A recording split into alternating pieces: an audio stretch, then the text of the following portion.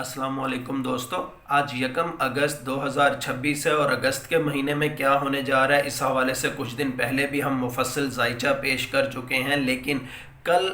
جولائی کی آخری تاریخ کو پاکستان کے اندر ایک انتہائی سگنیفیکنٹ پریس کانفرنس ہوئی اور اس سے پہلے 30 جولائی کو محسن نقوی کے بیانات بھی بہت زیادہ ہلچل مچا چکے ہیں۔ اب سوال یہ اٹھ رہے ہیں کہ محسن نقوی کے بیانات کے بعد ایک اور سگنیفیکنٹ پریس کانفرنس جس میں بظاہر تو باتیں بہت زیادہ درست بھی محسوس ہو رہی تھیں، لیکن ہماری یونیورسٹیز میں M A MPhil P H D level پر یا پھر اب بی ایس لیول پر بھی ایک سبجیکٹ بہت زیادہ پڑھایا جاتا ہے اور کامن سبجیکٹ ہے پولیٹیکل ڈائنامکس آف پاکستان، اور اس کے اندر تمام تر جو ریکمینڈڈ بکس ہیں یا پھر عائشہ جلال کی کتابیں، عائشہ صدیقہ کی یا ڈاکٹر حسن عسکری کی کتابیں، جب ہم ان کو پڑھتے ہیں یا اپنے اساتذہ سے جو سنتے ہیں تو پاکستان کی پولیٹیکل ہسٹری کے حوالے سے ہمیں ایک فکرہ بہت زیادہ سمجھایا بھی جاتا ہے اور پڑھایا بھی جاتا ہے، اور وہ فکرہ یہ there is a difference between theory and practice, اور المیہ بھی یہی ہے کہ 70 سال سے جو باتیں کی جاتی ہیں وہ تو بظاہر بالکل درست ہوتی ہیں، لیکن عمل درآمد کیا ہوتا ہے۔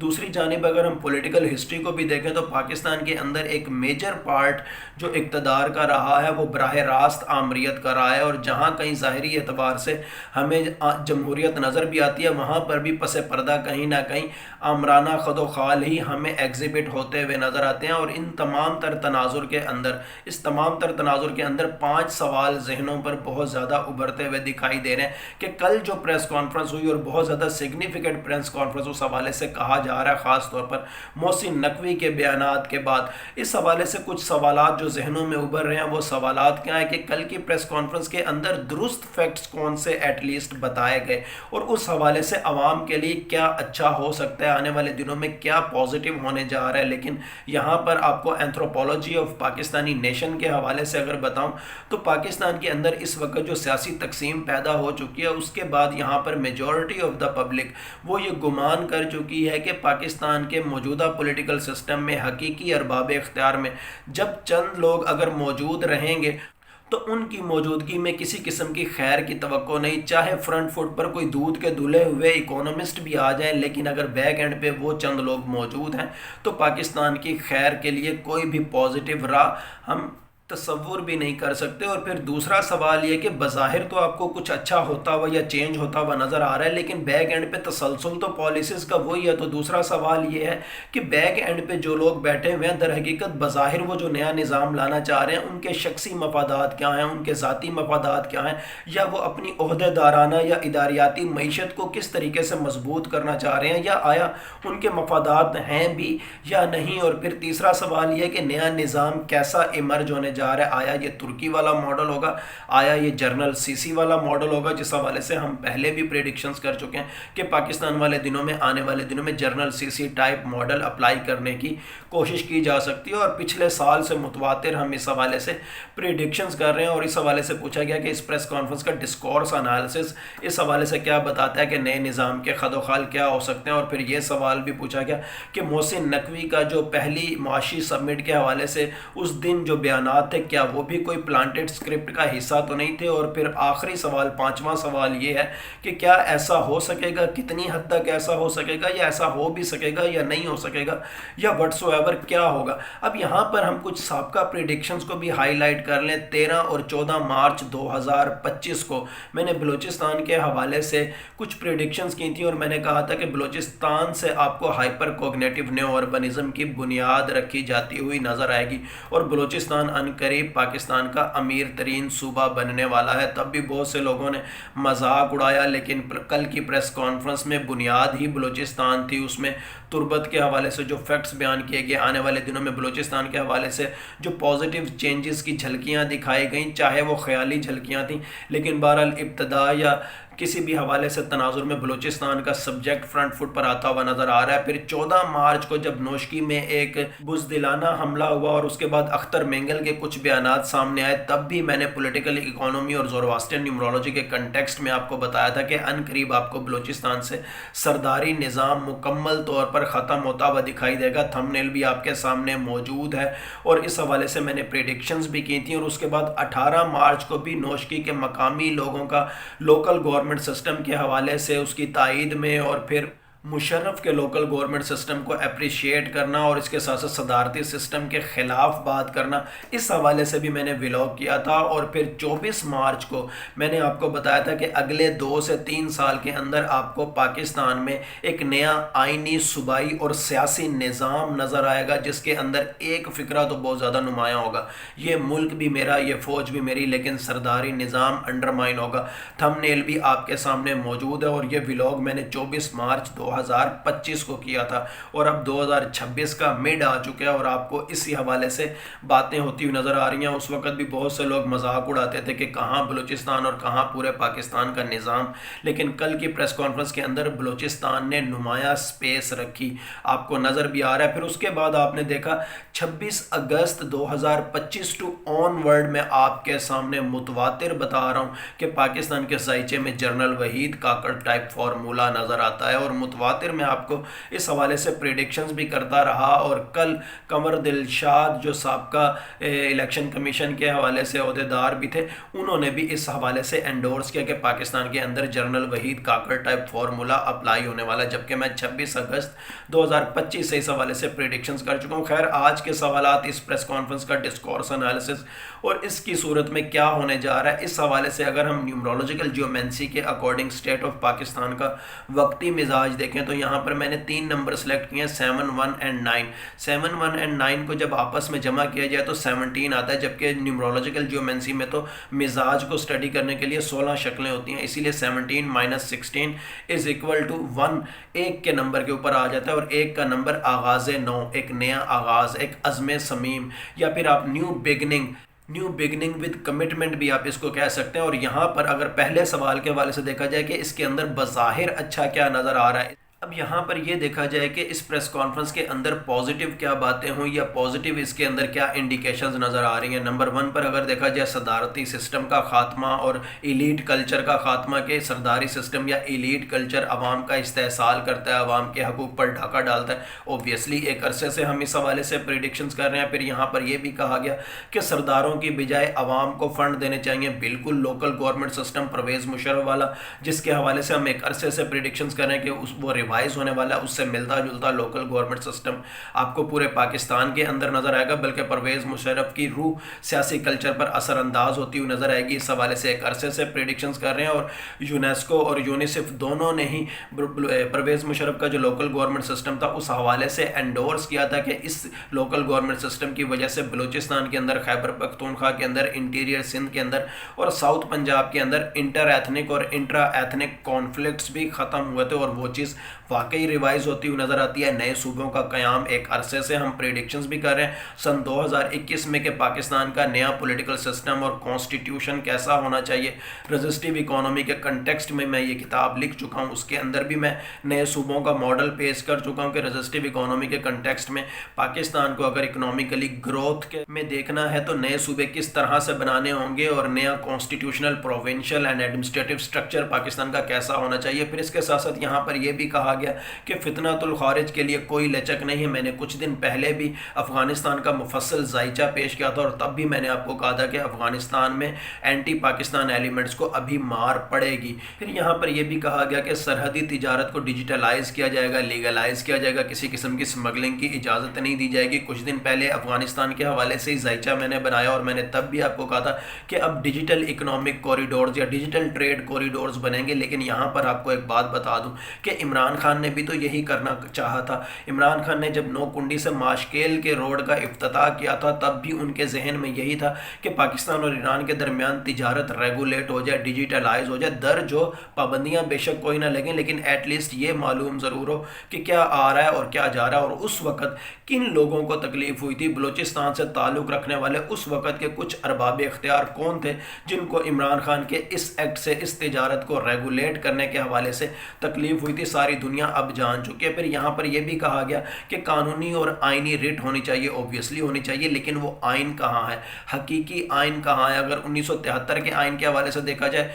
तो मेरे अपने भी रिसर्च पेपर इस हवाले से हैं, अब तो मेरे स्टूडेंट्स भी इस हवाले से वर्क कर चुके हैं कि 1973 का आइन भी उस वक़्त के अवामी लीग का मैंडेट था। लेकिन जिन्होंने आइन बनाया उन्होंने, जिसे पंजाबी में कहते हैं ना गोंगलुआ तो मिट्टी लाना, उन्होंने 1935 के इंडियन एक्ट से 75% ट्रेड्स उठाए और कॉपी पेस्ट करके कुछ ایڈٹ کر کے یہاں پر ایڈ کیا اور بھٹو کو سیٹسفائی کرنے کے لیے رشین سوویت سوشلسٹ ریپبلک کا جو 1918 کا آئین تھا اس میں سے کچھ چیزیں یا 25% پارٹ اٹھایا اور یہاں پر ایڈٹ کاپی پیسٹ کر کے آپ اس کو کہہ سکتے ہیں ایڈ کر کے 1973 کا آئین بنا دیا، لیکن اب اس کا بھی حشر نشر آپ کے سامنے ہے، اور اسی وجہ سے میں آپ کو کہتا ہوں کہ پاکستان میں آنے والے دنوں میں ایک نئے آئین کی ضرورت ہے، اور اس نئے آئین کے اندر قرارداد مقاصد، آبجیکٹو ریزولوشن 1949 اور اس کے ساتھ ساتھ sustainable development goals, charter of Medina, رجسٹیو اکنامک میکانزم، ریئلسٹک پروٹیکشنزم آپ کو واضح طور پر ایڈ نظر آئیں گے۔ اس کے ساتھ ساتھ انہوں نے یہ بھی کہا کہ مساوی مواقع ہونے چاہیے، غریبوں کے بچوں کو بھی پڑھنا چاہیے، ڈاکٹر انجینئر بننا چاہیے، اوبویسلی ہونا چاہیے۔ تربت کے حوالے سے انہوں نے جو فیکٹ دیا کہ کالج، ہسپتال، سکول، اوبویسلی جو لوگ آپ میں سے تربت جا چکے ہیں، بلوچستان جاتے آتے رہتے ہیں، فیسلٹیز کے حوالے سے تو اس میں کوئی دوسری رائے بھی نہیں۔ پھر اس کے ساتھ ساتھ انہوں نے کہا پرانا سسٹم اب ختم ہونا چاہیے، اوبویسلی ہونا چاہیے۔ پاکستان افغانستان کی جو سرحد کے حوالے سے جو انہوں نے معاملات ڈسکس کیے وہ بھی بالکل ٹھیک ہیں۔ یہاں تک کی ساری باتیں تو ٹھیک ہیں، لیکن اب جب ہم دوسرے سوال کی جانب آتے ہیں کہ پس پردہ جو تسلسل چل رہا ہے وہ تو یہاں پر تقریباً سیم رکھنے کی بات ہو رہی ہے۔ چند شخصیات تو یہاں پر وہی موجود ہیں جو پہلے سے موجود ہیں، اور ظاہری اعتبار سے کچھ چہرے، کچھ شکلیں، کچھ نظام بدلنے جا رہے ہیں، تو وہ کیا مفادات ہیں جو بیک اینڈ پہ کہیں نہ کہیں کار فرما ہیں۔ یہاں پر جو واضح طور پر اس پریس کانفرنس کا ڈسکورس انالیسس کرنے کی صورت میں نظر آتا ہے کہ حقیقی ارباب اختیار سے توجہ ہٹانے کے لیے، ان کو غیر متنازع ثابت کرنے کے لیے، چند شخصیات کے گرد انٹلیکچوئل ڈیفینسو سرکل کو مضبوط کرنے کے لیے یہ پریس کانفرنس کی گئی ہے۔ اور سب کو معلوم ہے کہ نوکنڈی ماشکیل روڈ کا جب عمران خان نے افتتاح کیا تھا، اس تجارت کو ریگولیٹ کرنے کے حوالے سے تکلیف اگر ہوئی تھی تو کس کو ہوئی تھی؟ اور سب کو معلوم ہے، ایک عام آدمی بھی جانتا ہے کہ ادھر سے ادھر چڑیا بھی نہیں جا سکتی، پاکستان سے افغانستان یا پاکستان سے ایران۔ تو پھر یہ باقی ماندہ معاملات میں چاہے کوئی سردار اس میں انوالو ہے، چاہے کوئی عام شخص اس میں انوالو ہے، بغیر کسی معاونت کے، بغیر کسی اسسٹنس کے کیسے کچھ ادھر سے ادھر یا ادھر سے ادھر آ سکتا ہے؟ اور پھر یہاں پر اس پریس کانفرنس کا ڈسکورس انالیسس کرنے کی صورت میں یہ بھی معلوم ہوتا ہے کہ کچھ سیاسی مہروں کی قربانی کا پلان بن چکا ہے۔ اور آپ کو یاد ہوگا 28 اپریل 2023 کو میں پریڈکشنز کر چکا تھا کہ آنے والے دنوں میں موجودہ جو ارباب اختیار اور ان کے جو پولیٹیکل پاپٹس ہیں، یہ ایک دوسرے کا سر پھاڑیں گے، ایک دوسرے کے اوپر الزامات لگائیں گے، ایک دوسرے کو برا بھلا کہیں گے۔ اب آزاد کشمیر کے اندر بھی ریاست پاکستان پر جس طریقے سے تنقید کی جا رہی ہے بلاول کی جانب سے سب کے سامنے، اور اس پریس کانفرنس کے نام پر بھی جو بیک اینڈ پہ پلاننگ ہو رہی ہے اس کا وہ بھی ڈسکورس انالیسس کی صورت میں سامنے نظر آ رہی ہے۔ پھر اس کے ساتھ ساتھ یہ بھی نظر آتا ہے کہ اب سرداروں کی بجائے نئے ٹیکنوکریٹ یا ایلیٹ مہروں کو سامنے لا کر اپنے احکامات کو عوامی جواز فراہم کرنے کی کوشش کی جا رہی ہے، یا اپنے احکامات منوانے کی کوشش کی جا رہی ہے۔ اور بظاہر تو ایسا نظر آئے گا کہ جیسے انتظامی ڈھانچے کے اندر تبدیلی کی جائے، لیکن مخصوص چہروں کو لامحدود اختیارات دے کر باقی ماندہ بجٹ پر بھی اپنا کنٹرول پیدا کیا جا سکے، یا اپنی پالیسیز نافذ کرائی جا سکیں، اور نئے نظام میں نئے بندے فٹ کرنے کا پلان ہے، مطلب نئے چہرے لانے کا پلان ہے، لیکن ان کے فیصلوں کو عوامی حمایت کا جواز فراہم کرنا، اور پھر IMF کو اور دیگر کچھ ممالک کو، خاص طور پر امریکہ کو بھی خوش کرنا جن سے لون یا امداد مانگی جا رہی ہے، ان کو دکھایا جا رہا ہے کہ دیکھو ہم اپنا سسٹم بھی ٹھیک کرنے لگے ہیں، اور آنے والے دنوں میں اگر کہیں کلچرل ریولوشن کی ویو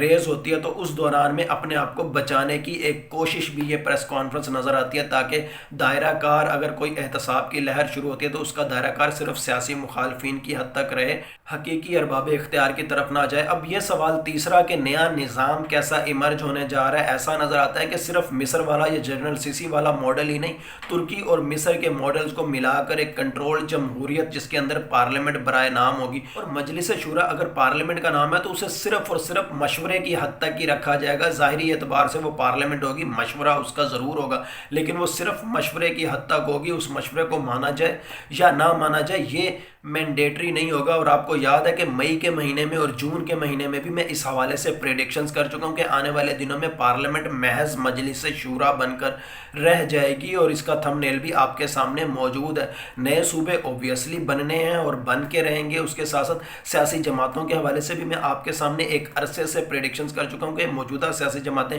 یا تو سائڈ پر ہو جائیں گی یا سوشل ایکٹیویزم کا روپ دھار لیں گی، سوشل ایکٹیوسٹ گروپ کا روپ دھار لیں گی، اور ایک نیا سیٹ اپ تو ٹیکنوکریٹ टेक्नोक्रेट सेटअप होगा जिसके अंदर सोशल एक्टिविज्म के नाम पर अगर कोई सियासी जमात आना चाहे तो आए, अदरवाइज सोशल एक्टिविस्ट ग्रुप उसके अंदर आपको नजर आएंगे और उनका मैंडेट मुआशी बहाली कहलाया जाएगा। फिर इसके साथ साथ ऐसा नजर आता है कि सूबाई असम्बलियों या सूबाई मेंबरान और वफाकी मेंबरान की बजाय डायरेक्ट लोकल गवर्नमेंट सिस्टम के साथ मरकज डील किया करेगा, और वो लोकल गवर्नमेंट सिस्टम वही परवेज़ मुशर्रफ वाला जिसके हवाले से मैं आपके साथ एक अरसे से कह रहा हूँ कि परवेज़ मुशर्रफ की रूह पाकिस्तान के पॉलिटिकल सिस्टम में इन होने वाली है। फिर इसके साथ साथ ऐसा नजर आता है कि आईनी तरामीम के जरिए पार्लियामेंट की बजाय कौमी सलामती कौंसल को ही फैसलों का मरकज बनाया जाए, और ये भी बिल्कुल परवेज़ मुशर्रफ वाला मॉडल होगा। और फिर इसके साथ साथ जिस तरह परवेज़ मुशर्रफ के अंदर किंग्स पार्टी के तौर पर काफ लीग उभर के सामने आई थी, अब यहाँ पर किंग्स फेवर्ड सोशल एक्टिविस्ट्स आपको उभर के सामने आते हुए नजर आएंगे। इसके साथ साथ मीडिया आपको मजीद कंट्रोल होता हुआ दिखाई देगा। फिर मुआशी पॉलिसियाँ बराह रास्त इदारियाती निगरान कमेटियों के स्पुर्द होती हुई नजर आएंगी और उनको इकोनॉमिक सिक्योरिटी के नाम पर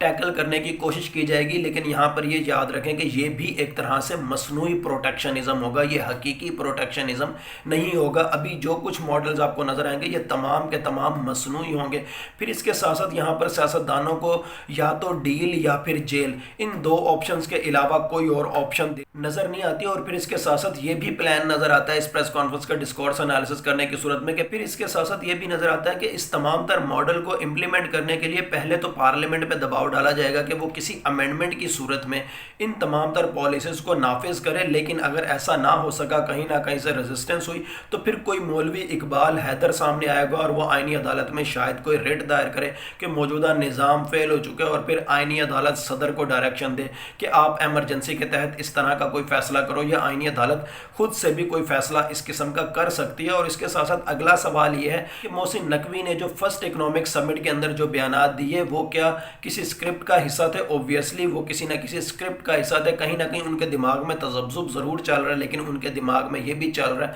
कि एक नए पॉलिटिकल कल्चर के अंदर, एक नए पॉलिटिकल सिस्टम के अंदर उनका बहुत बड़ा हिस्सा होने वाला है। लेकिन बैक एंड पे वो डरे भी हुए हैं कि अपना हिफाजती बंदोबस्त भी कर लें, क्योंकि पैरेलल कहीं ना कहीं इन ग्रुप टसल भी बराबरी की बुनियाद पर दूसरी साइड पर चल रही है। और यहाँ पर हम ये भी एनालिसिस कर सकते हैं कि मोहसिन नकवी के बयानात और ये प्रेस कॉन्फ्रेंस ये दोनों एक बड़े स्ट्रेटेजिक शॉक की तैयारी हैं, यानी पाकिस्तानी कौम को आने वाले दिनों में कुछ स्ट्रेटेजिक शॉक भी दिए जा सकते हैं। अब सवाल आखिरी ये कि क्या ये निज़ाम चल सकेगा या ये तमाम तर प्लान इम्प्लीमेंट हो सकेंगे। मैं यहाँ पर ज़ोरास्ट्रियन न्यूमरोलॉजी को भी यूटिलाइज़ करूँ और न्यूमरोलॉजिकल जियोमेंसी को भी यूटिलाइज़ करूँ, इस निज़ाम का रिस्पॉन्स मुझे बिल्कुल भी मिलता हुआ नज़र नहीं आता। ना तो पब्लिक की जानिब से रिस्पॉन्स मिलता हुआ नजर आता है, ना पब्लिक इंस्टीट्यूशंस की जानिब से भी रिस्पांस मिलता हुआ नजर आता है। और बैक एंड पे कहीं ना कहीं इसके पीछे इन ग्रुप टसल का भी बहुत ज़्यादा हाथ होगा। लेकिन ये जो अमेंडमेंट्स होने जा रही हैं, ये जो अथॉरिटेरियनिज्म एग्जिबिट होने जा रहा है, कहीं ना कहीं मैं इस हवाले से दो बातें करना चाहूँगा। और वो दो बातें क्या हैं?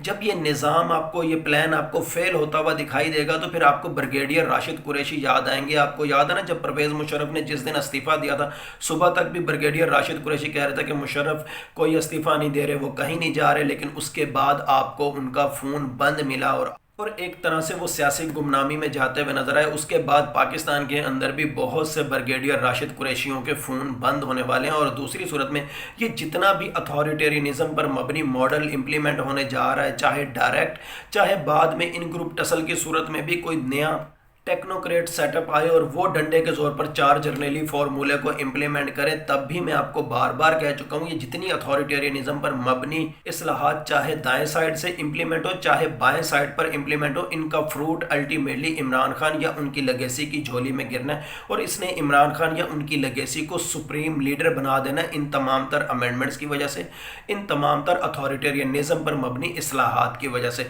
ये जो कुछ मैंने आपको बताया, न्यूमरोलॉजिकल जियोमेंसी के अकॉर्डिंग बताया, वक्ती मिजाज रियासत पाकिस्तान का भी बताया, प्रेस कॉन्फ्रेंस का डिस्कोर्स एनालिसिस करके भी बताया,